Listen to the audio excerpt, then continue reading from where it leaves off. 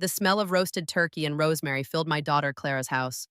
The air was thick with laughter and the clinking of glasses. I had spent hours in that kitchen, marinating, basting, making sure the skin was a perfect, crisp gold. I was surrounded by family, but I felt like a ghost, just another piece of furniture. My hands were tired. My knees ached. But the satisfaction of a job well done was a small comfort I held on to. Then Clara looked up from the table, a polite, tired smile on her face. She gestured to the serving platter in my hands. Her voice, so cold and clear, cut through the noise of the room. "You'll eat after everyone else," she said. And just like that, everything cracked. The laughter went quiet. The air turned to glass. Fine. If they've ever acted like you weren't there until your absence echoed louder than presence, share your story. And if this feels like your table too, like and subscribe. My name is Rose, and I was tired. The kind of tired that settles deep in your bones after a long, purposeful day. Not the kind that comes from doing nothing. All morning, the house in Richmond, Virginia, had hummed with the energy of 1,000 tiny, important tasks. The air smelled of roasting turkey and savory herbs, a warm, comforting scent that felt like a promise. This was the one day of the year I still felt entirely in my element, completely useful. Just as I was about to begin marinating the 20-pound bird, my son-in-law, David, walked through the kitchen. He was in a flurry, his car keys jingling in his hand as he grabbed his wallet from the counter. He glanced at me with a quick, preoccupied smile that didn't quite reach his eyes. "Morning." "Rose," he said, his voice cheerful but hurried. "Pumpkin pie is ready." "Right. We're going to need it to go with the coffee after dinner. It just wouldn't be Thanksgiving without it." It wasn't a question. It was a command, a confirmation of a task already assigned. "I'm heading out to get ice. See you at dinner." He left before I could even reply. The door swinging shut behind him, my role was clear, a silent cog in a well-oiled machine, and my only job was to ensure the machine ran smoothly. The house was full of guests, distant cousins and Clara's work friends I barely knew, their laughter echoing through the hallways. I smiled and nodded, a familiar ghost in a familiar place. I had moved in with Clara and her family last year. "It'll be easier," she'd said. "You won't have to worry about a thing." And for a while, I believed her. But the things they took care of were the things I had always found joy in. My car was sold because they could drive me. My garden was left to weeds because it was too much for me. My role had shifted from matriarch to maid, from pillar of the family to a quiet, dependable presence that could be relied upon to keep the coffee pot full. I had spent hours in my daughter Clara's kitchen, a sleek, modern space with more stainless steel than warmth, marinating the 20-pound bird. I massaged butter and herbs into every crevice, ensuring the skin would turn a perfect golden crisp. Every motion was precise, a muscle memory passed down through generations. As I worked, my mind wandered, thinking of the gratitude my late husband would show, the simple words of praise. I overheard Clara's voice from the living room, sharp and clear above the din. "Oh no, it was nothing," she was saying to a friend. "I'm just so glad everything's coming together so perfectly. The key is just to stay organized. And it really helps to have mom here to, you know, handle all the little things." The words hit me with the force of a physical blow. Handle all the little things. It wasn't help with or collaborate on. It was a casual dismissal, reducing my day of purposeful, loving labor to little things. My hands, which had shaped the bird, the heart that felt joy in its preparation, were now just tools in a grand display of my daughter's competence. I wasn't her mother. I was a convenience. With a final grunt, I lifted the heavy platter from the counter. The turkey sat there, majestic and golden, a testament to 8 hours of patient work. The aroma was intoxicating, a sweet and savory cloud that followed me into the dining room. I placed the platter at the center of the large table, where all the others sat. Clara looked up from her conversation, a polite, tired smile on her face. She gestured vaguely towards the kitchen, not even meeting my eyes. Her voice was flat, clear, and cold. You'll eat after everyone else. Mom, there are some desserts you need to finish up.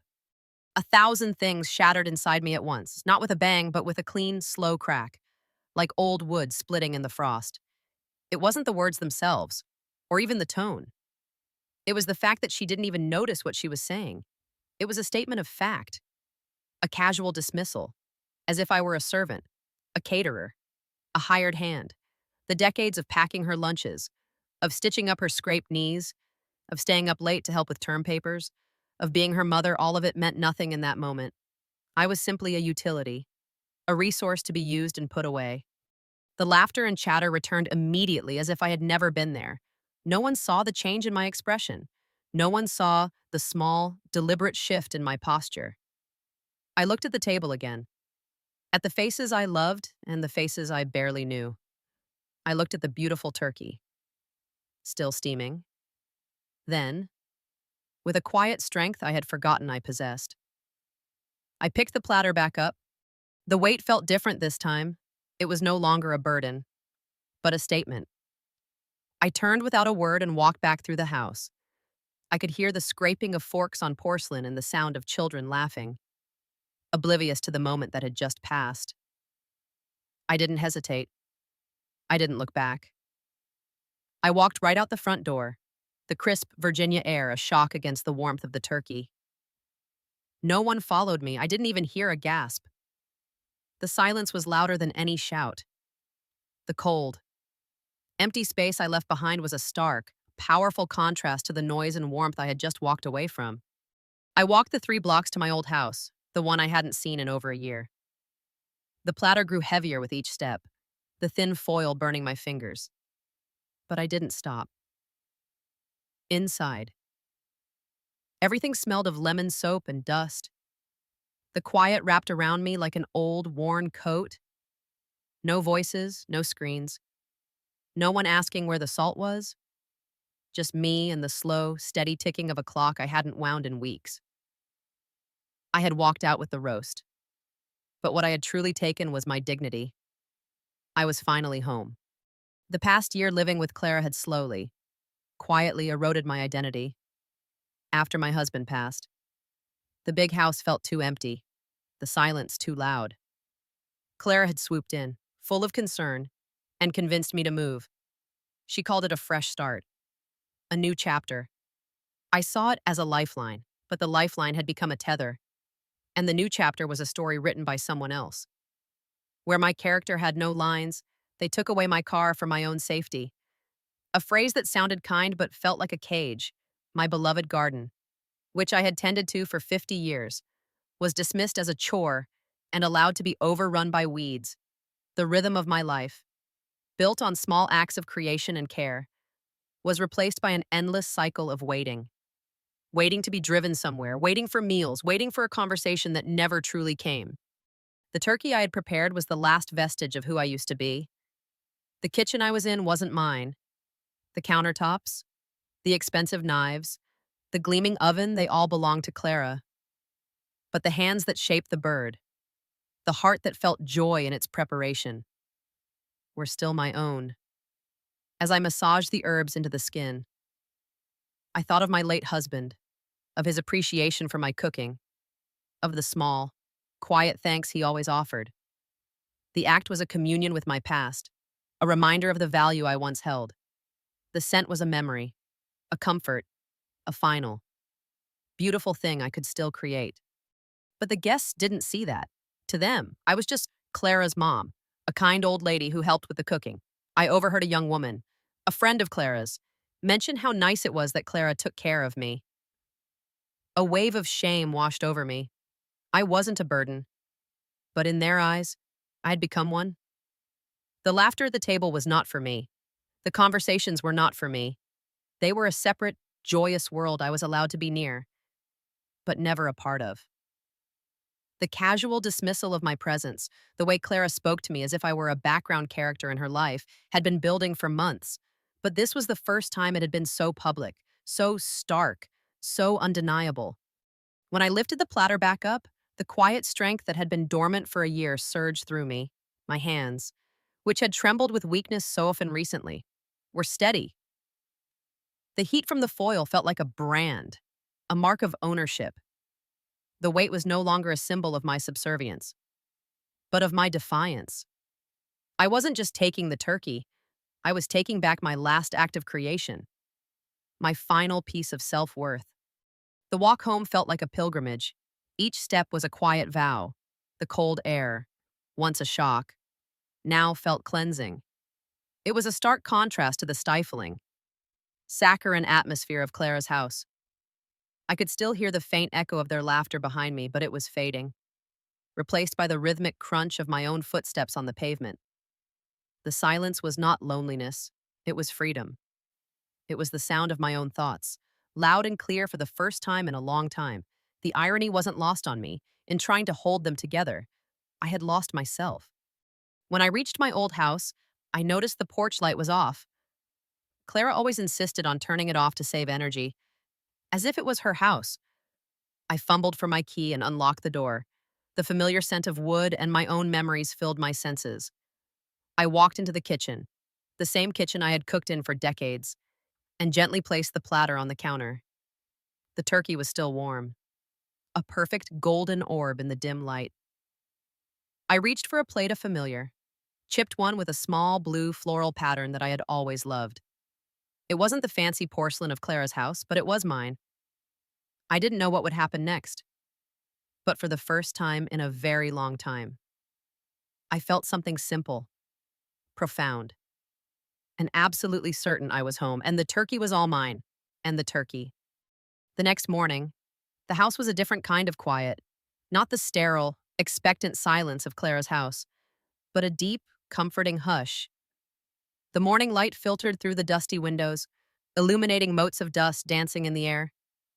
The sounds of my old home were a symphony. I had forgotten the gentle hum of the refrigerator, the distant rumble of a car on the street, the soft tick of the grandfather clock I hadn't wound in weeks.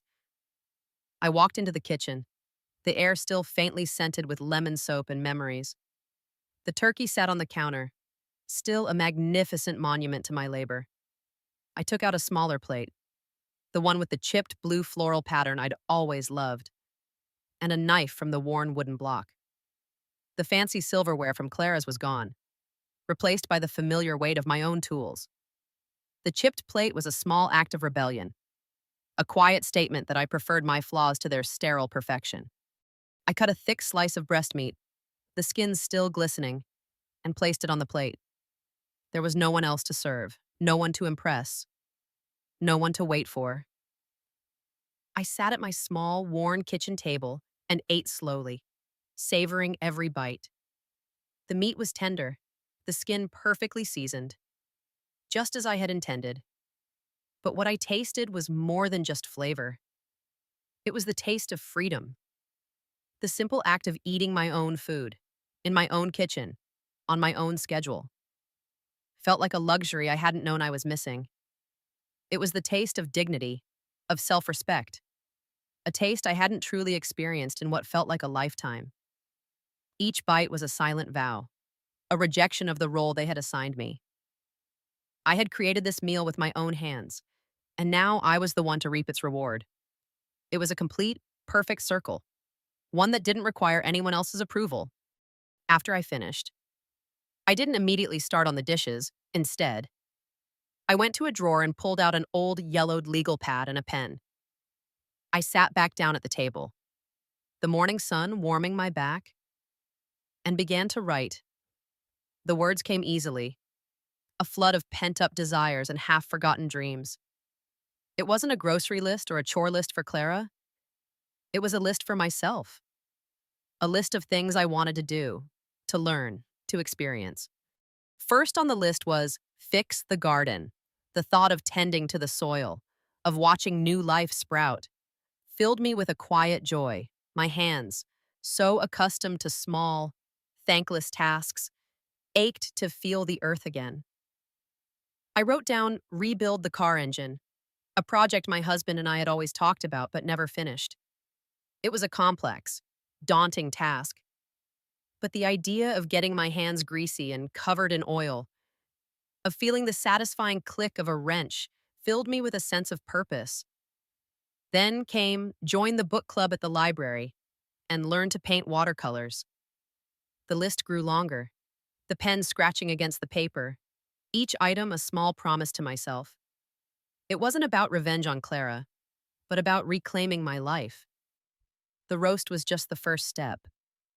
The list was the map to a future I had thought was lost, a future where I was once again the author of my own story. The following week, the silence of the house became a companion. I began with the garden. The weeds were relentless, their roots deep and tangled, a physical manifestation of the neglect I had endured. My body ached, my knees protested, but with each weed I pulled, I felt a sense of power returning. I found old tools in the shed, rusty but familiar, and as I worked, I felt the ghost of my husband beside me, his quiet encouragement a steady presence in the sun-drenched yard. One afternoon, as I was raking a pile of dead leaves, a woman from down the street, an old acquaintance I hadn't spoken to in years, walked by. She stopped and stared, a look of surprise on her face. "Rose?" she asked, her voice filled with a genuine shock I hadn't heard from anyone in a long time. "I thought you'd moved away." I smiled, my hands dirty and my face flushed with effort. "I did," I said, a little out of breath. "But I'm home now." The conversation was short, but it was real. It was a small, external validation of the change I was making, a confirmation that I was no longer a ghost in someone else's life. Over the next few weeks, there were no calls from Clara, not a text, not a voicemail. The silence was deafening, a confirmation of what I had long suspected. To her, I was a utility, a resource, and when I removed that resource, she didn't know what to do. There was no frantic search, no desperate plea, just a silent, empty space where I used to be. The absence of a phone call was the most powerful message of all. It proved to me, beyond a shadow of a doubt, that I had been right all along. They didn't miss me. They missed what I did for them. But the pain of that realization was now tempered by the quiet satisfaction of my own new life.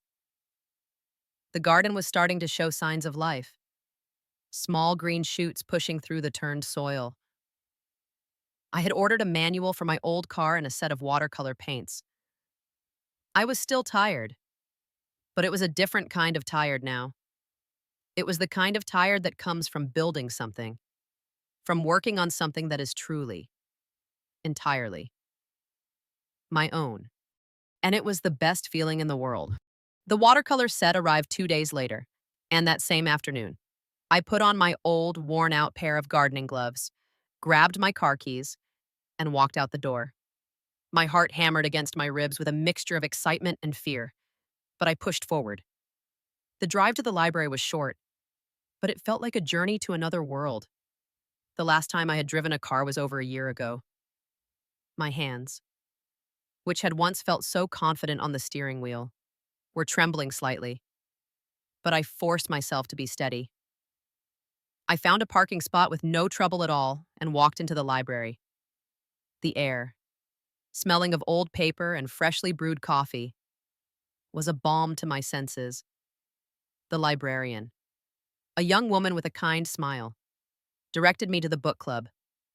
I found a table with a handful of people and took a seat. The discussion was about a novel on a woman's journey of self-discovery, and I couldn't help but feel a deep connection.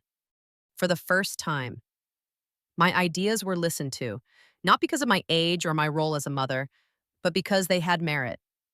My thoughts weren't dismissed as little things, but were a welcome addition to the conversation. I made a few friends and even exchanged phone numbers. As I drove home, the setting sun painting the sky in shades of orange and pink, I felt a sense of belonging I hadn't felt in a very long time. That evening, I set up my watercolor paints on the kitchen table. I had always admired my husband's watercolor landscapes, but I had never dared to try it myself.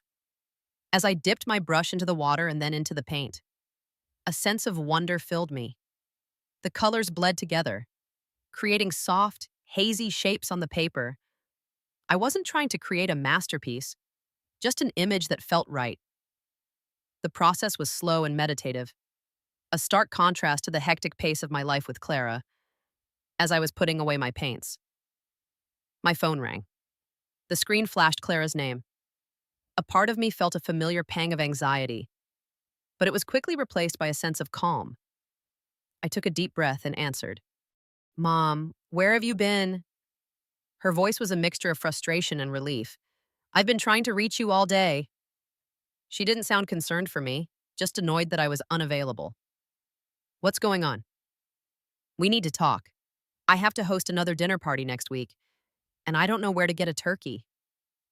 Her words hit me like a splash of cold water. There was no "how are you?" no "I miss you." Just a series of demands. She wasn't missing her mother. She was missing her maid. A quiet, profound weariness settled over me. This was not the fatigue that comes from a day of purposeful work, but the draining exhaustion of being taken for granted. But this time, instead of shrinking away, I felt a surge of strength. I took another deep breath, my voice calm and steady. "Clara," I said, "I'm not going to be able to help you. I have my own plans now." There was a long pause on the other end of the line. "What do you mean? Your own plans? What plans?" she asked, her voice sharp with disbelief. "I'm getting my life back." I said simply, "I'm home now, and I'm fixing my garden, and I'm learning to paint, and I'm joining a book club. I'm busy." She was silent for a moment, and I could hear the frustration in her breath. "But Thanksgiving," she stammered. "You can get a turkey from the grocery store." "Clara," I said, my voice gentle but firm, "I'm sure you'll figure it out." With that, I hung up the phone. My hand was shaking, but not from fear. It was from the sheer exhilaration of having stood my ground. The ringing stopped, and so did the anxious knot in my stomach.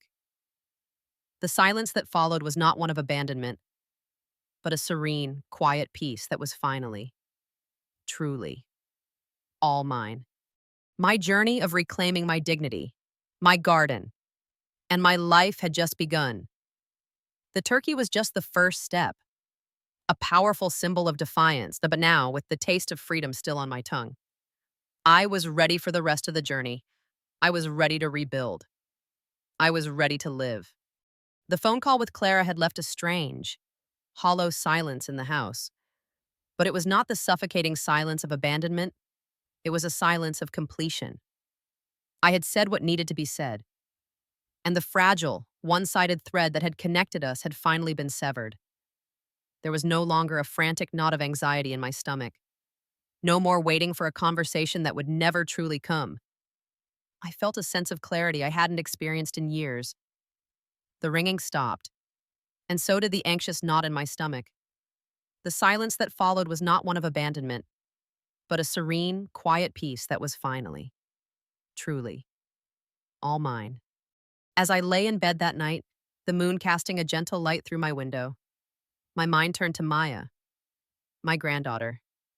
She was the one bright spot in the last year, a beacon of true love and empathy that had somehow managed to pierce through the fog of my circumstances. Her quiet kindness had been a lifeline.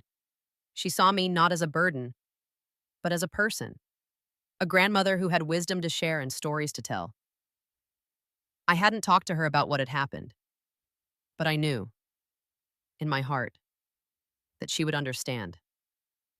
The thought of her brought a warmth that the turkey, the garden, and the watercolors could not. It was a warmth that came from a deeper, human connection, not just a personal victory. The next morning, with a confidence I had not felt since my husband was alive, I found my phone and scrolled through my contacts. My thumb hovered over Maya's name. There was no hesitation. I had to know if she was okay, if she understood, if she still saw me the same way. I took a deep breath, pressed the call button, and held the phone to my ear.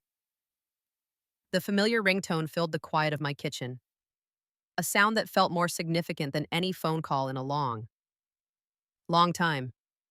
After 2 rings, she answered, her voice, soft and a little sleepy, was a comfort.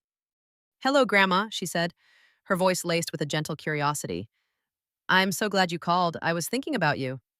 "Hello, my dear," I replied, the words feeling clumsy but genuine. "It's me. I'm okay." There was a moment of silence on her end, a beat that stretched on like a question. Then, she said something that brought a tear to my eye. "I know, Grandma. I figured Mom called me yesterday, and she was a little upset. I was worried about you. I thought something had happened." Her words were a balm. I thought something had happened. She didn't have to explain. She didn't have to tell me what Clara had said. The very fact that she had been worried about me, not about her mother's frustration, told me everything I needed to know. She saw through the facade, through the carefully constructed narrative of Clara's perfect life. She understood. And the knowledge that I was not alone, that someone in my own family truly understood, was a gift more precious than any roasted turkey. I told her, in a quiet, steady voice, the abbreviated version of the story, the Thanksgiving dinner, the platter, the coldness in my daughter's voice. As I spoke, I didn't feel a need to justify my actions or to ask for her approval. I was simply sharing, and I knew she was listening.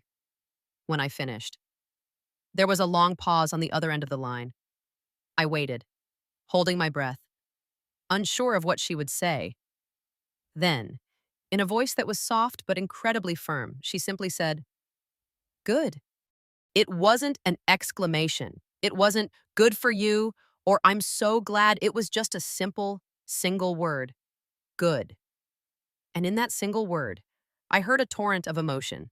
I heard her empathy, her anger at her mother, her relief that I had finally stood up for myself.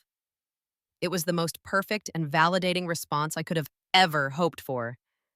It was a quiet rebellion of its own, a silent acknowledgement that what I had done was right.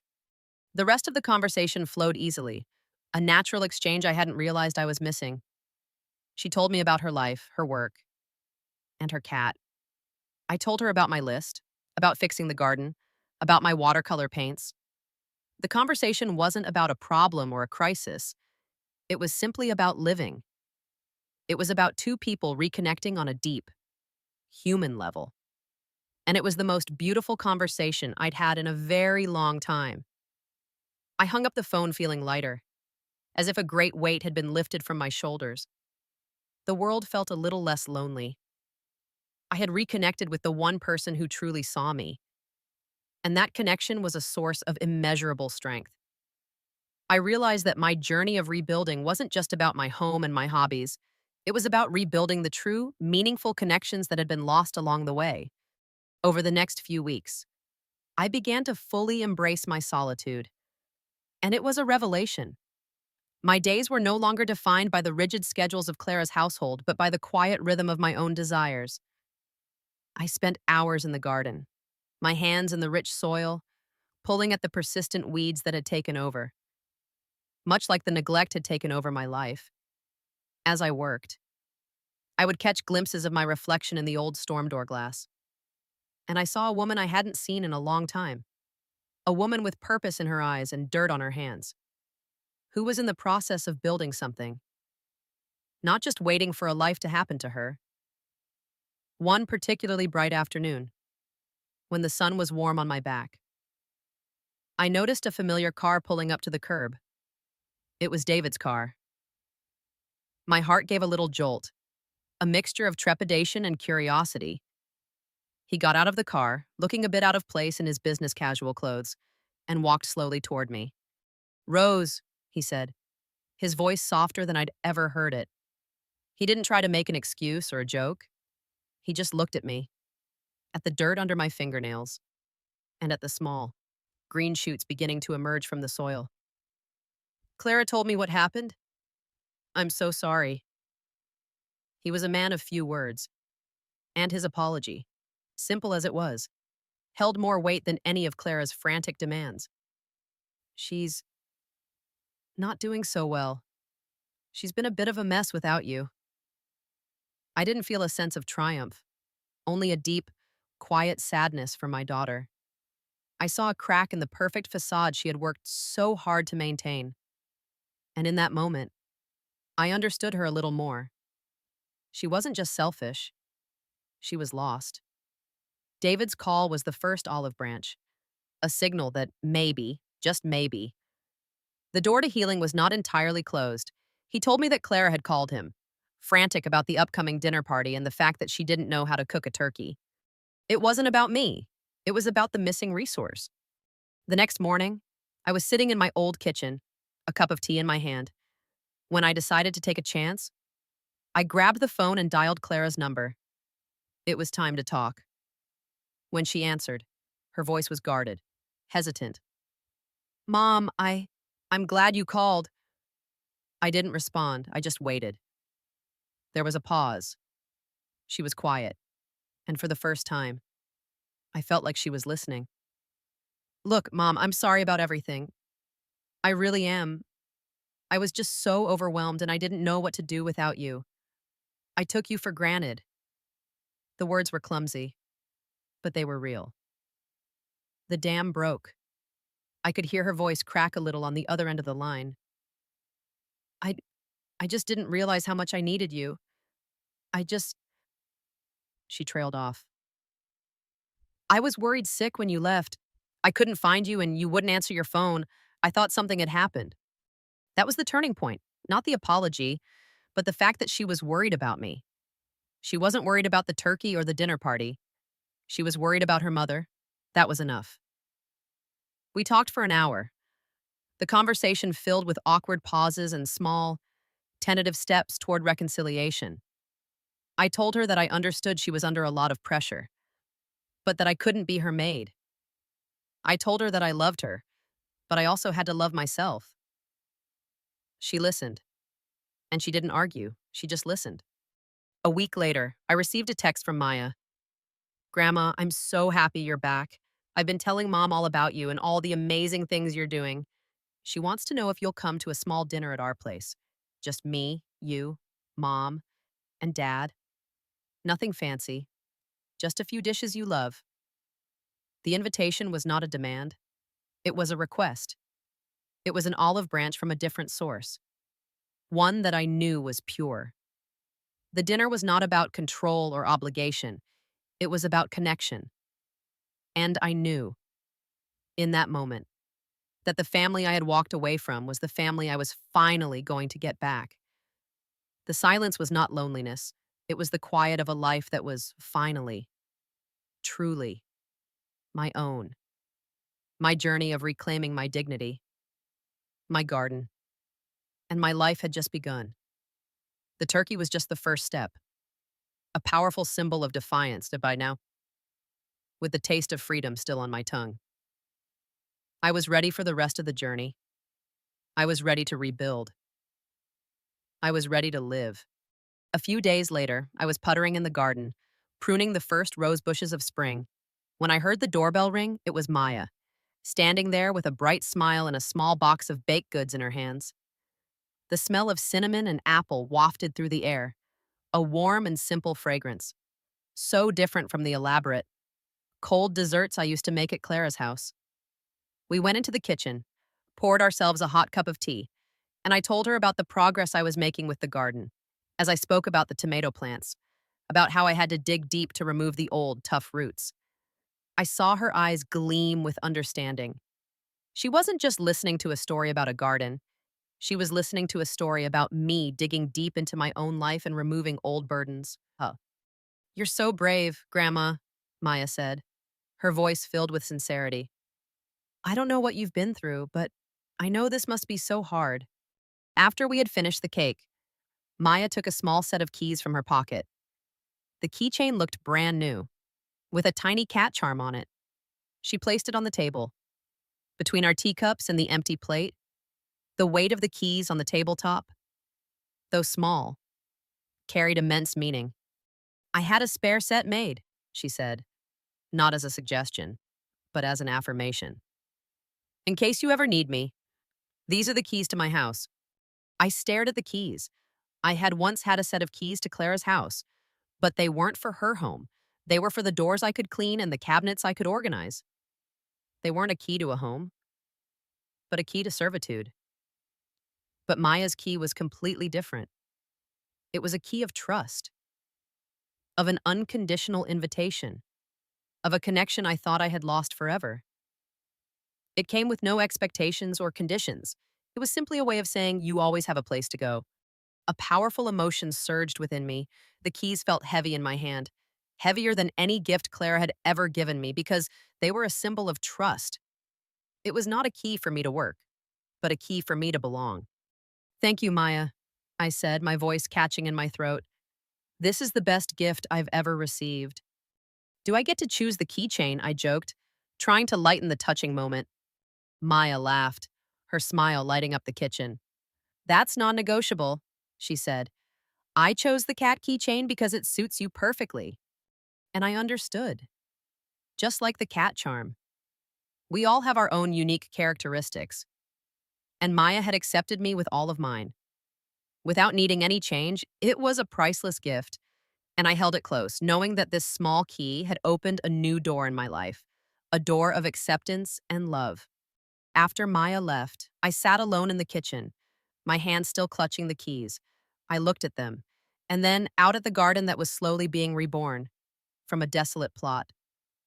It was becoming a place full of life, a symbol of my own journey.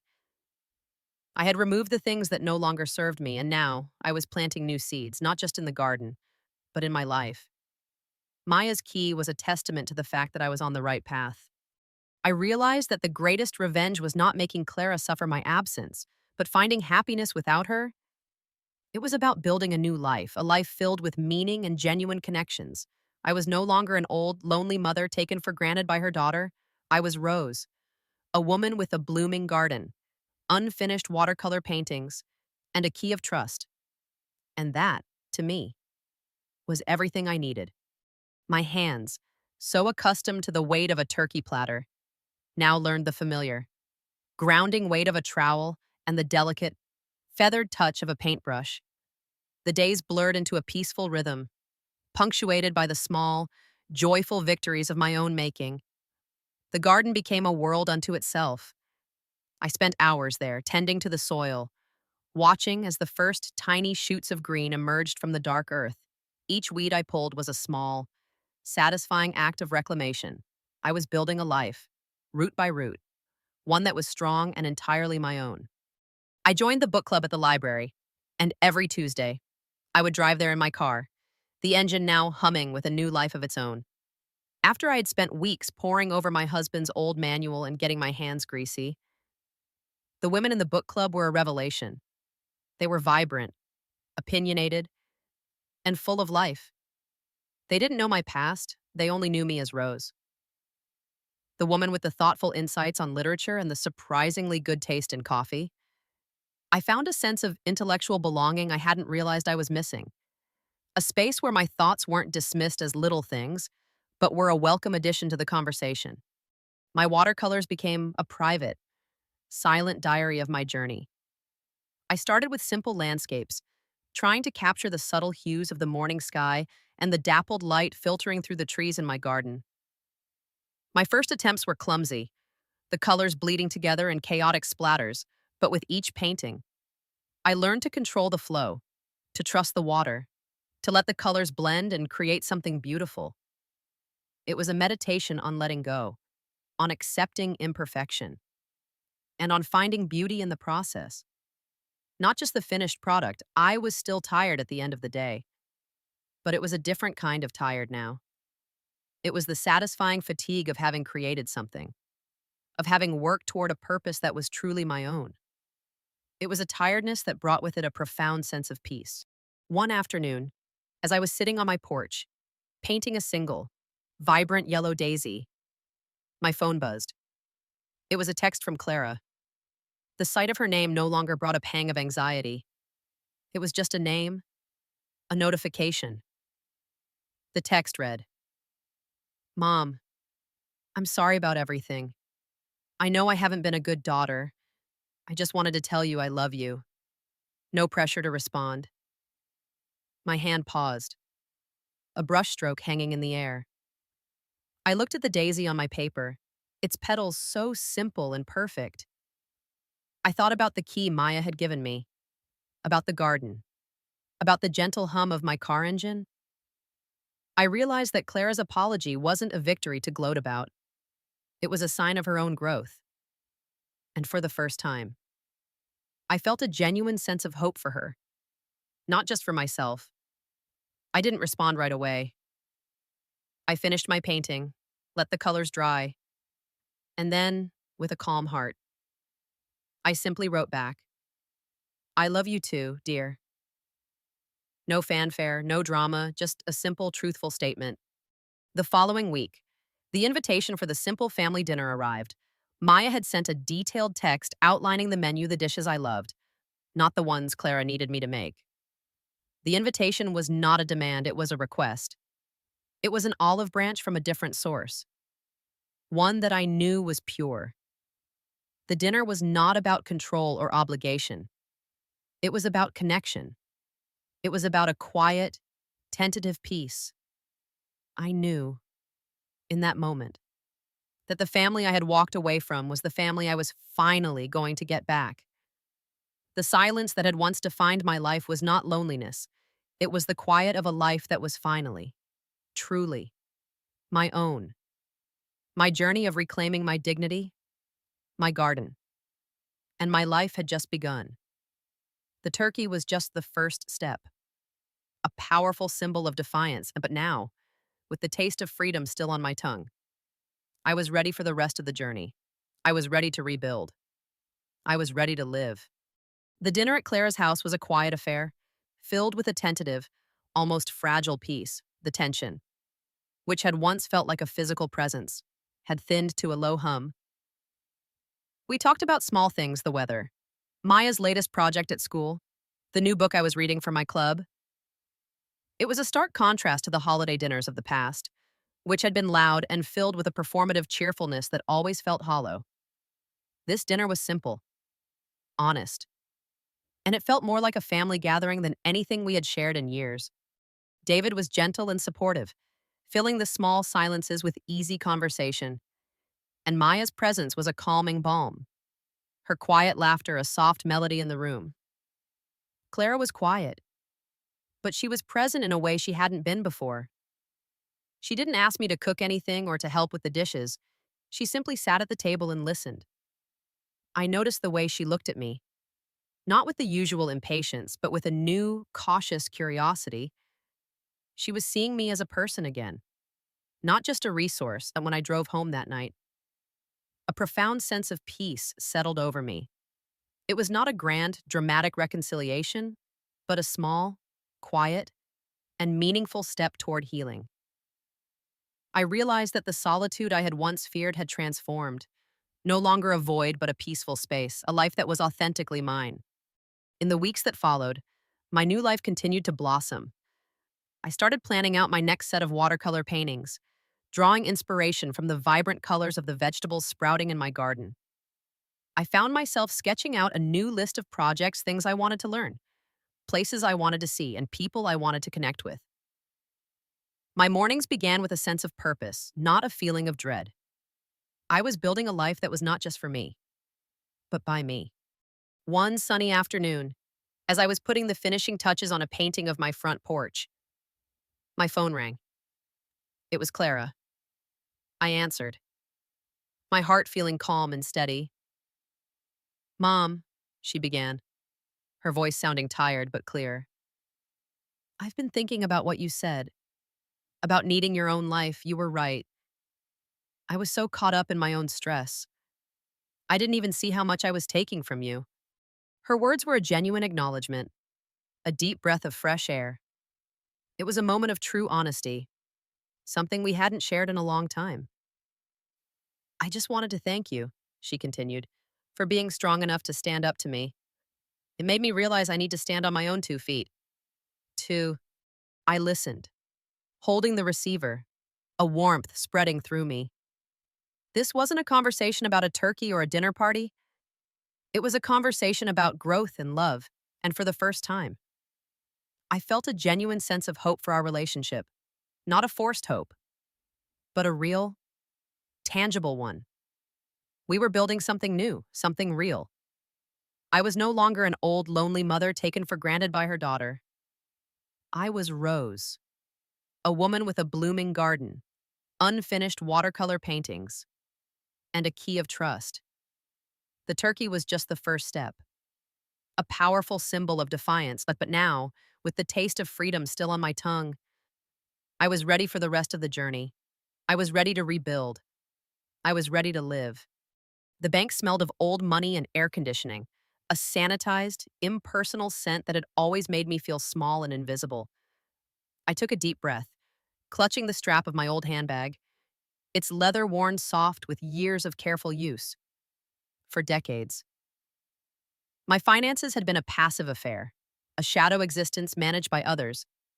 First my husband, then Clara. They had set up the accounts, the bills, the automatic payments.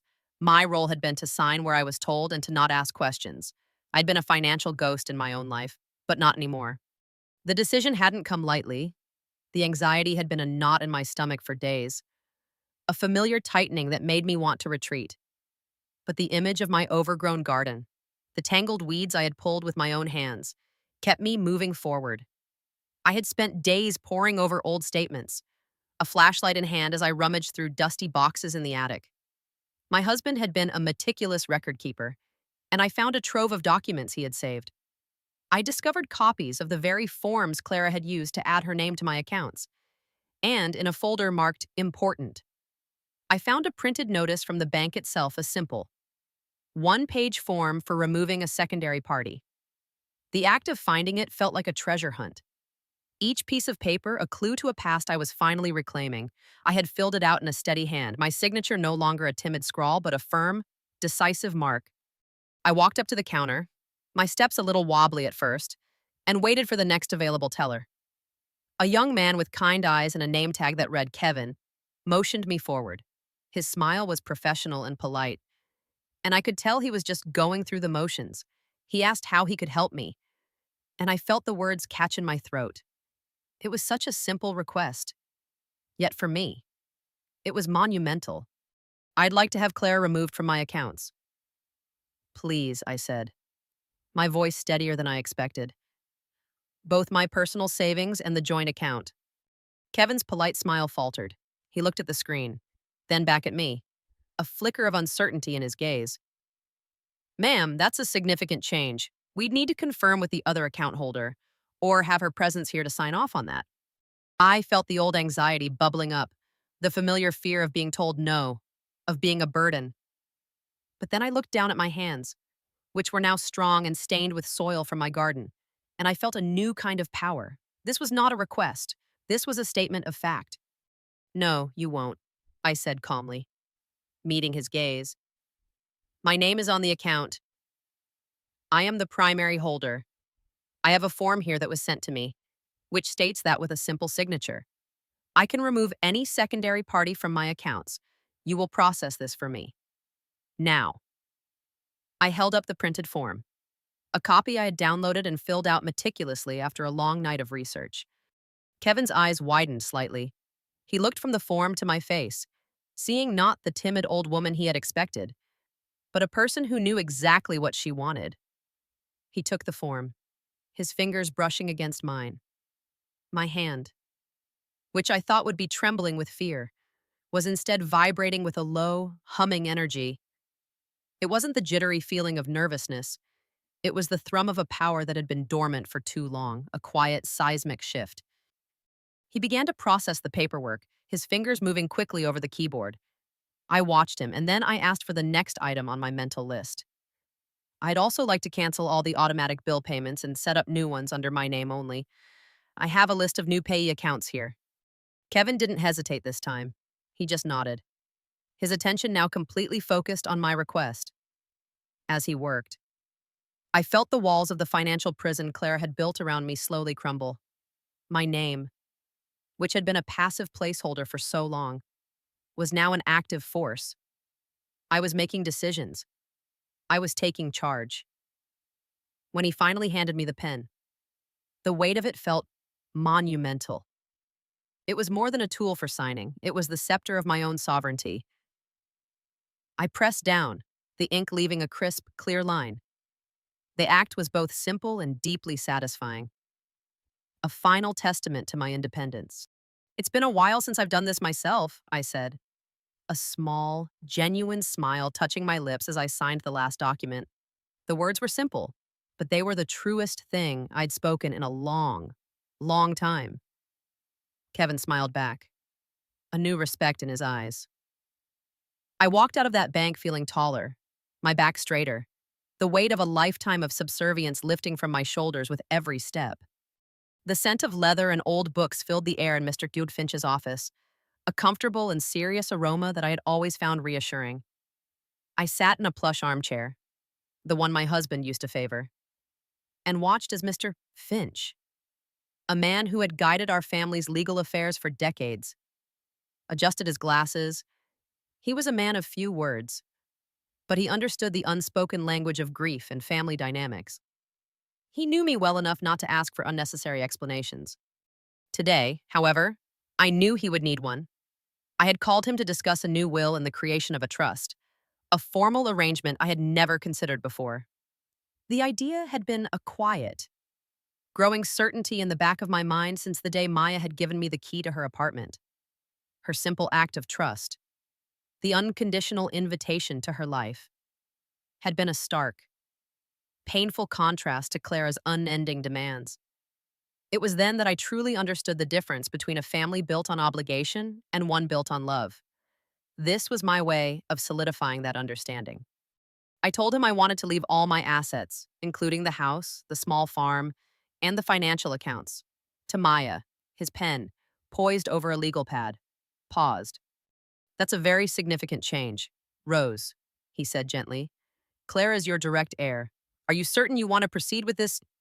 I looked at him, and for the first time, I felt no need to justify my decision with a long, rambling story, the years of neglect, the quiet disappointments, the deep-seated emotional wounds. They were all too vast to be explained in a single conversation.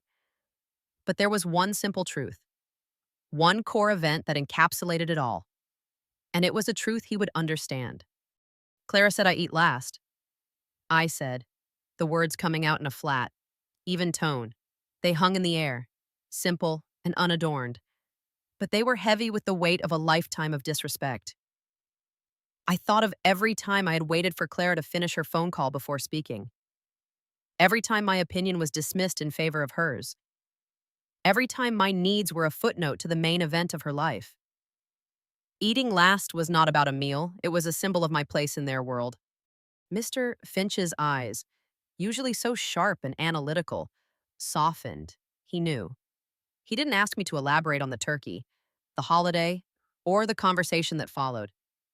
He simply understood that eating last was a metaphor for a life where my needs, my feelings, and my very existence had been placed at the bottom of the list. He knew it wasn't just about a turkey dinner, it was about the fundamental value, or lack thereof, I had been assigned within my own family. He gave a single, slow nod, a gesture of quiet affirmation. I see. We'll get the paperwork started. A trust is an excellent idea in this case. It will ensure Maya's access to the funds is managed appropriately. This was not an act of revenge. Revenge was a desperate, angry act born of pain. This was something else. This was justice. It was an affirmation of a new truth that I would no longer be invisible. My life and my legacy would go to the person who had shown me genuine kindness, who had given me a key to a home, and a friendship that felt more real than any family bond I had known in decades. Maya had seen me, not as a resource, but as a person. And this, my final act, was my way of seeing her back. I signed the preliminary paperwork, my hand steady this time, no longer trembling with either fear or power, but with a quiet, profound certainty.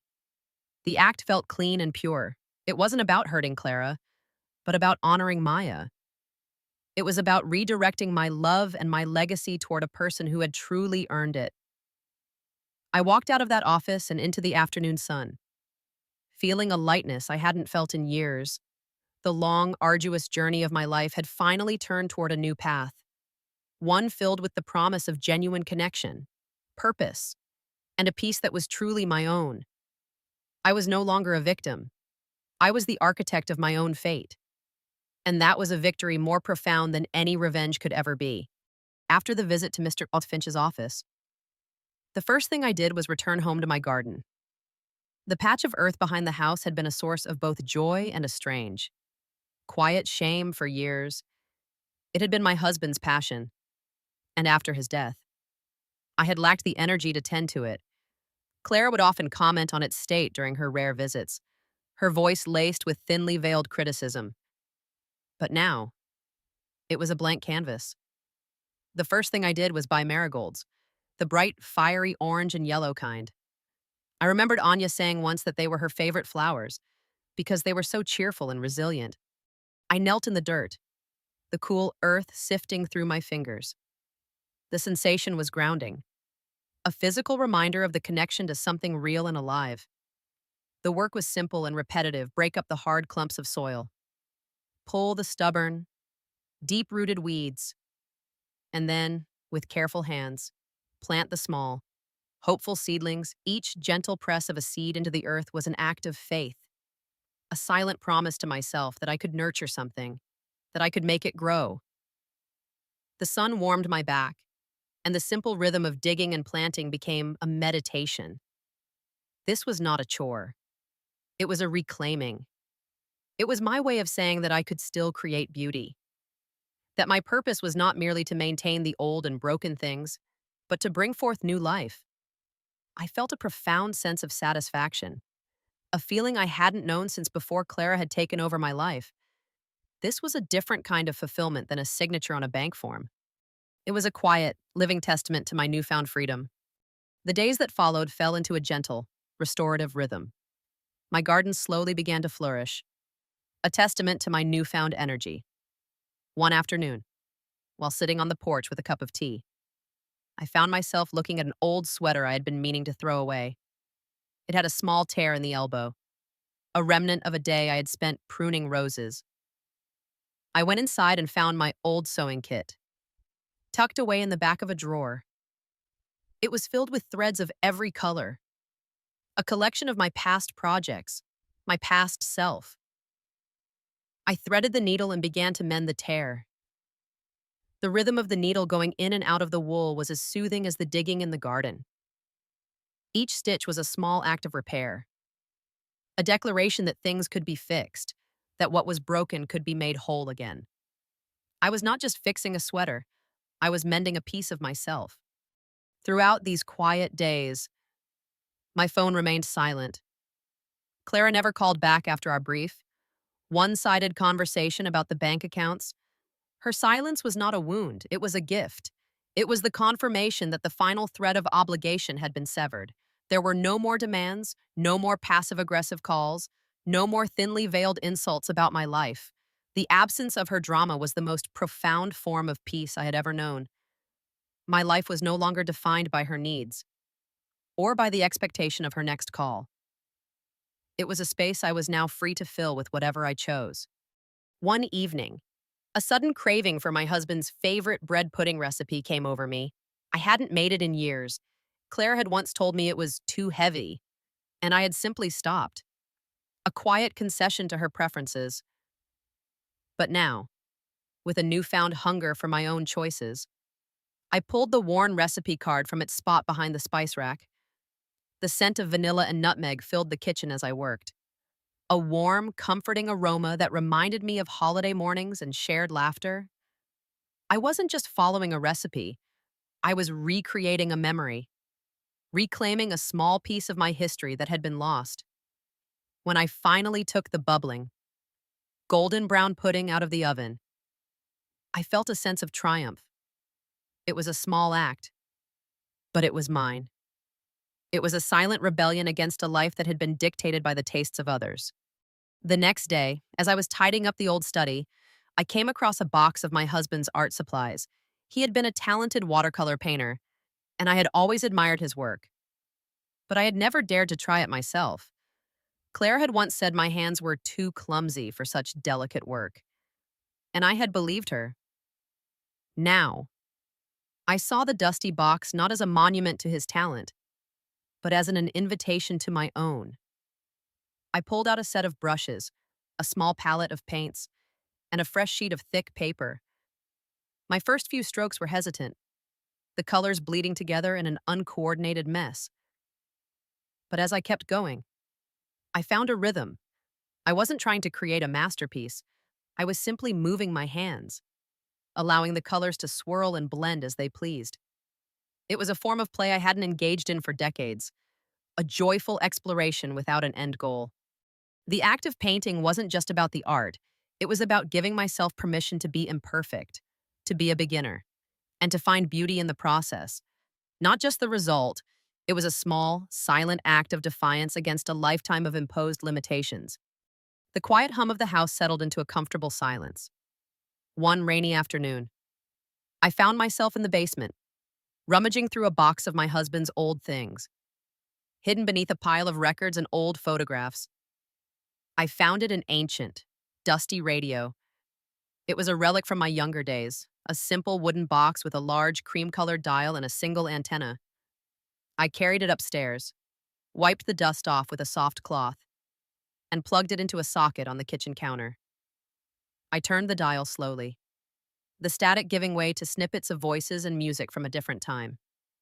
Then, I found it. A smooth, soulful jazz melody filled the room. The sound of a saxophone and a piano weaving together a tapestry of pure, unadulterated joy. I hadn't danced in years, not since I was a young woman, full of a boundless energy that had been slowly extinguished by the expectations of a life I had not chosen. I hesitated for a moment, my hands gripping the edge of the counter. My body felt stiff and unfamiliar. But the music called to me. I closed my eyes and let the notes guide my feet. At first, it was just a gentle sway, a small, tentative movement, but as the music swelled, so did I. My feet began to tap, my hips to sway, my arms to stretch out into the air. I wasn't dancing for anyone, there was no one to impress, no one to please. I was dancing for myself. I remembered the girl I used to be, the one who would put on a record after a long day of work and just let the music take over, her worries melting away with every spin of the vinyl. She was a girl who didn't need permission to feel joy, a woman who didn't need anyone's approval to do what she loved. She had been buried under decades of obligation.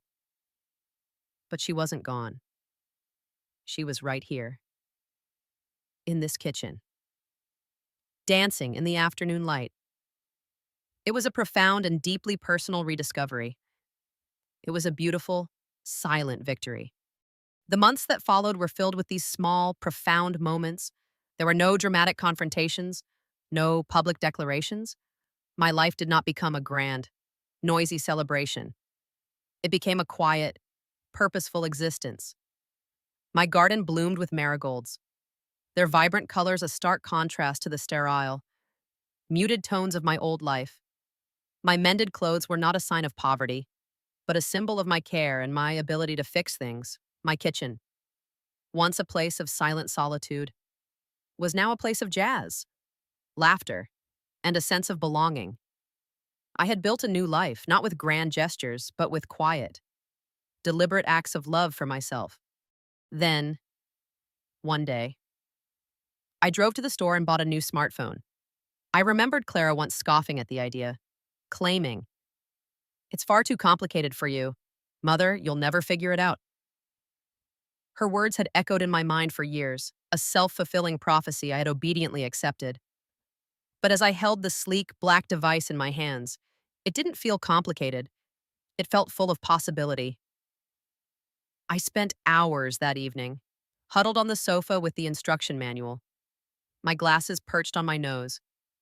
I fumbled with the touchscreen, accidentally opened the wrong apps, and struggled to find the right settings. But with each small success, a photo taken, a message sent, a weather app checked, I felt a sense of empowerment. It wasn't just a phone, it was a connection to a world I had been told was off limits to me. It was a tangible symbol of my capacity to learn and adapt, a direct refutation of Clara's dismissive judgment. The most significant change, however, was not in what I did, but in where I went. One sunny morning, I packed a small bag and drove to the next town over, a place I had only ever passed through on my way to visit Clara's family.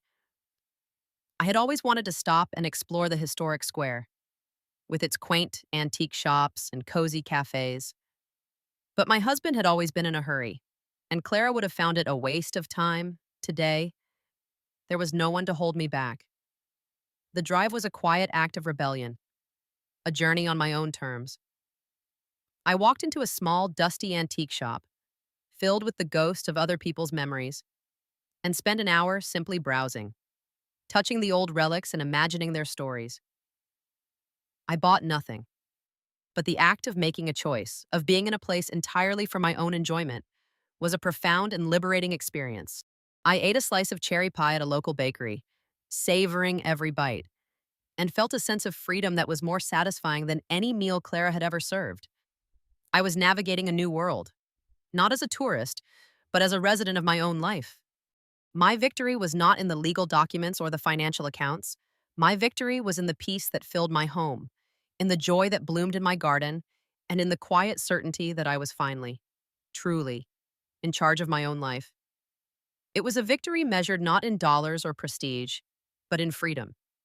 It was a victory that only I could truly appreciate, and for the first time in a very, very long time. That was more than enough.